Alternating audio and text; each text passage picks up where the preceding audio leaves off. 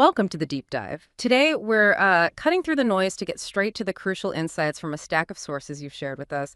Our mission is really to unpack some truly disturbing cases involving alleged breaches of trust between educators and underage students. We'll be looking at the alleged actions, the intricate legal landscape, and crucially, identifying patterns. Those patterns that offer vital aha moments, helping you understand not just what happened, but, well, the deeper implications. We'll start with the allegations against Nicole Callahan. She's a former kindergarten teacher and musical theater director down in South Carolina, accused of a prolonged pattern of abuse with a boy who was just 14 when it allegedly began.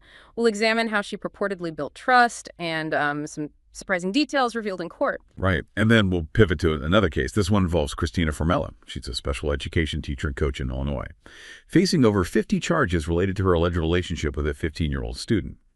In this case, it provides some striking insights into, well, the undeniable power of digital evidence and how the accused narrative seems to keep shifting. Yeah, the digital trail. And finally, we'll bring in the legal framework. We'll look specifically at South Carolina's laws on criminal sexual conduct with a minor. To understand what these charges truly mean and, how they reflect the law's stance on consent and power dynamics in situations like these. So let's unpack this first one, Nicole Callahan. Our sources describe her as 33 years old, a married mom, was a kindergarten teacher at Homeland Park Elementary until she resigned back in May of this year, and also a musical theater director for a local playhouse in Anderson, South Carolina.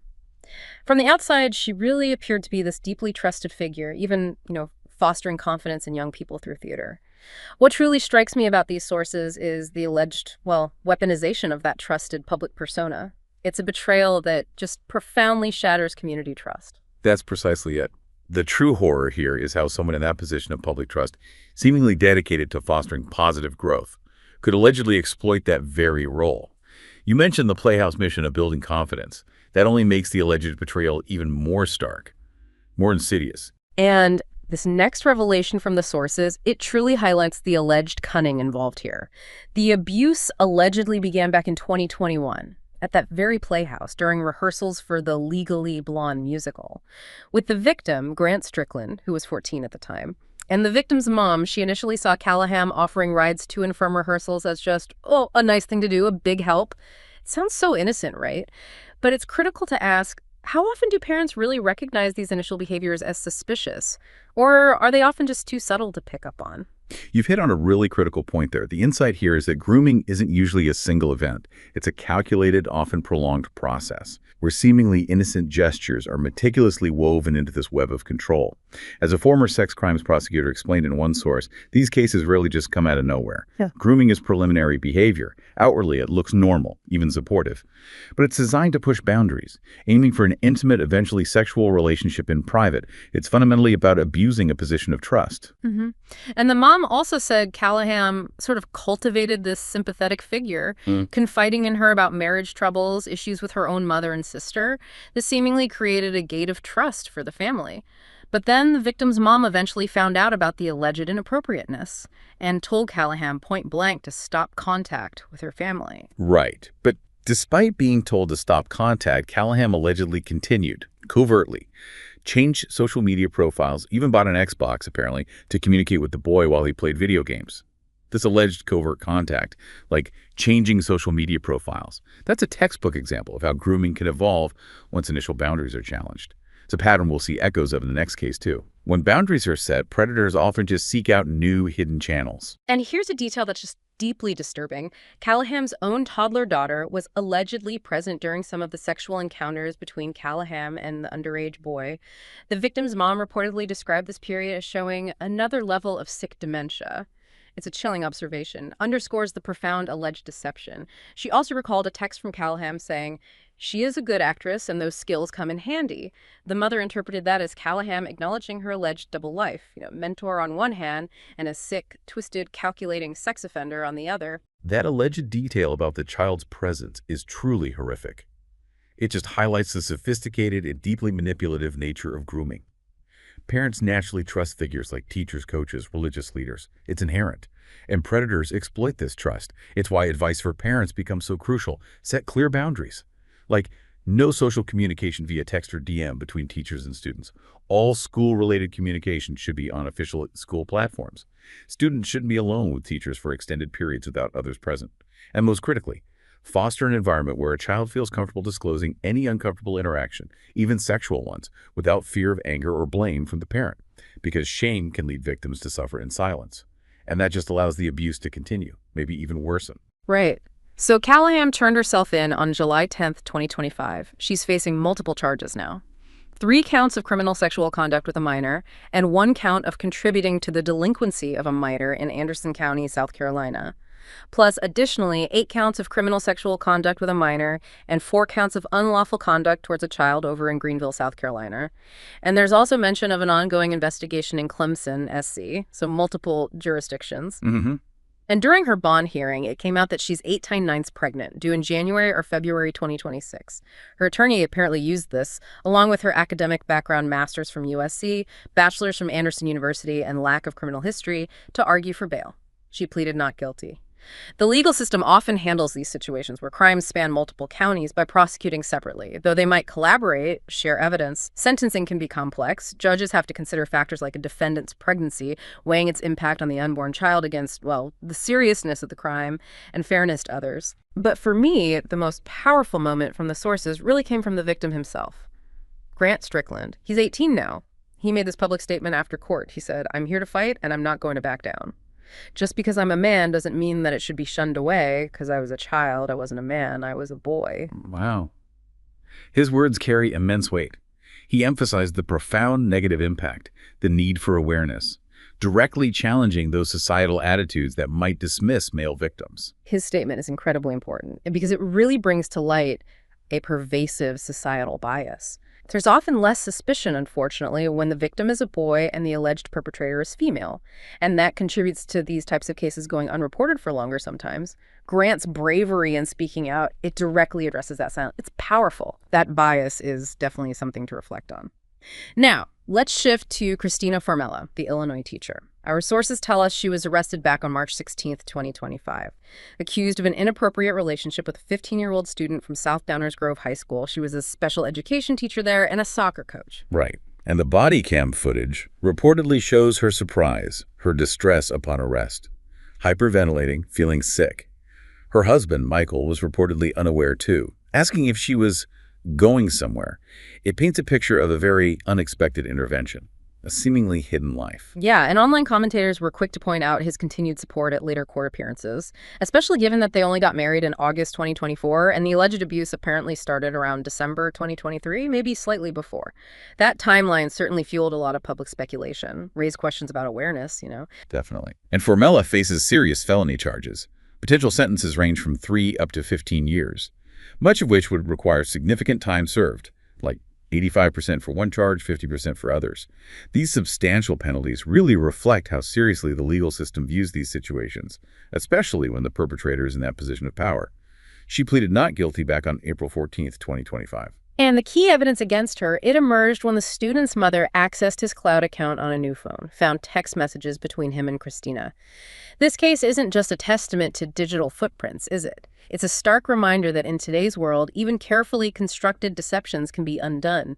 That undeniable, irrefutable truth of a cloud backup. It can offer victims a powerful path to justice. And the messages themselves were pretty direct, according to the sources, the student calling her mama, saying, "I love you so much, mama," with Christina replying, "I love you so much, baby," and explicitly, "I love having sex with you." That language, it strongly indicates an intimate sexual relationship. And what's compelling here is Christina's initial narrative versus what was actually found. She first told police that her personal notes, found on her phone, were just for anxiety. Any mention of sex was about her husband. That was the first story. But her story then shifted dramatically. She later claimed the student hacked her phone, tried to blackmail her, said she knew nothing about the texts. However, her own notes contained contradictory entries. Things like accusing the student of cheating. "You're so effing predictable and disgusting, shocker, you cheated on me with her." She also depicted herself as trying to end the relationship, stating, "I initiated every single breakup." Okay. Yet she also blamed him for gaslighting her, writing things like, "I'm effing mad that I let a 16-year-old F with me like that." It's confusing. Those inconsistencies are highly significant. Changing stories about key evidence like that, it can certainly be viewed with skepticism in court, raises serious questions about credibility. Her notes offer this fascinating, albeit maybe self-serving, look into her internal narrative of the relationship dynamics, full of conflict, instability, but also showing this strange lingering attachment. Yeah, even more telling were these cryptic manifestation notes. Things like, blank and I will connect again soon in a positive way, apparently from November 2024. These directly contradict her later claims about being stalked or unaware of his continued feelings. It powerfully suggests she wanted continued connection, right? Even as she allegedly claimed otherwise. And that's precisely where her defense seems to falter. Those manifestation notes directly clash with any narrative of being a victim of unwanted attention. Plus, the fact that she never reported this so-called stalking to the school or to the student's mother, well, that significantly undermines her defense. It just doesn't add up. And there's more, apparently. Topless photos of the student found on her phone reports that she would spontaneously bring him up in conversations with other people. Her husband stated he knew nothing about the student beyond soccer, didn't check her phone. One legal expert, cited in the sources, characterized the evidence against Formella as remarkable and found her various excuses borderline laughable, emphasizing that these types of relationships are child abuse, period, regardless of the teacher's gender. That expert assessment really underscores the potential strength of the prosecution's case, and it highlights the inherent vulnerability of the minor and the absolute breach of trust by the educator. It leaves very little room for ambiguity about the nature of these relationships in the eyes of the law and, well, basic ethics. Okay, so with these two cases now sort of laid out, it's crucial to understand the legal landscape that underpins them. Let's delve into how the law, specifically in South Carolina, defines and addresses these profound breaches of trust. Now, obviously, the Formella case is in Illinois, which has its own specific statutes, but the core legal principles around age of consent, abuse of authority, they're broadly consistent across U.S. states. So South Carolina's framework gives us an excellent example to understand the serious implications facing both Callahan and potentially Formella. Right. South Carolina, consistent with many states, sets the age of consent at 16. That's the critical threshold. It informs the criminal sexual conduct with the minor charges we're seeing here. And the legal framework, particularly South Carolina's approach, offers a crucial insight. It unequivocally prioritizes the minor's vulnerability, their inherent inability to consent. It effectively shifts the entire focus away from any perceived mutual feelings towards the adult's absolute breach of trust and abuse of authority. That's the core legal principle. And there are different degrees of this offense, right? Yes. Second-degree criminal sexual conduct with a minor is particularly relevant here. It covers sexual contact between a minor aged 11 to 14 and a defendant of any age. Or, and this is key for these cases, a minor aged 14 or 15 and a defendant who is older or in a position of authority like familial, custodial, or official. Teacher definitely falls under that. Yeah. This offense carries up to 20 years in prison in South Carolina. 20 years. That's significant. Very. And South Carolina does have a Romeo and Juliet exception. It's for consensual sex between minors, specifically when the victim is 14 or older and the defendant is under 19. That's to prevent serious charges among close-age teens.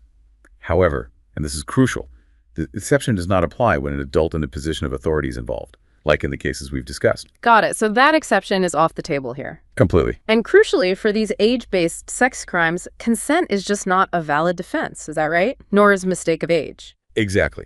The law focuses solely on the age of the minor and that position of authority held by the alleged perpetrator. Consent is legally impossible in this context. Sex offender registration is also generally required upon conviction, though there can be exceptions for those close-age consensual cases we mentioned, but not usually in cases involving authority figures. Okay. So when we step back and consider both these cases side by side, what are the overarching patterns? What really stands out to you? That's an excellent question. Because what becomes undeniably clear is the striking similarity in the alleged grooming tactics we discussed. That slow build of trust, the blurring of boundaries, the calculated manipulation of both the student and their family, whether it's happening in a theater production or a tutoring session or coaching. The misuse of a position of authority is the central and deeply disturbing theme. And as we saw, especially with Formella, the digital footprints left behind. Evidence can surface even when perpetrators try hard to hide their tracks. They serve as powerful tools for accountability. Right. These deep dives really underscore that inherent power imbalance in teacher-student relationships. Regardless of any perceived mutual feelings or the gender of those involved, the legal system, as we've seen, clearly defines minors' incapacity to consent, and it unequivocally views these situations as a profound breach of trust, a form of child abuse. Period. Which brings us to a final thought, something for you, the listener, to reflect on after this deep dive. These cases, they challenge our fundamental assumptions about trust, particularly concerning those people in positions of authority over children. In an increasingly digital and interconnected world where those lines between professional roles and personal lives can feel so blurred sometimes, what ultimate responsibilities do educators hold? And maybe more importantly, how can we, collectively, strengthen the safeguards to protect the most vulnerable among us? Something to consider.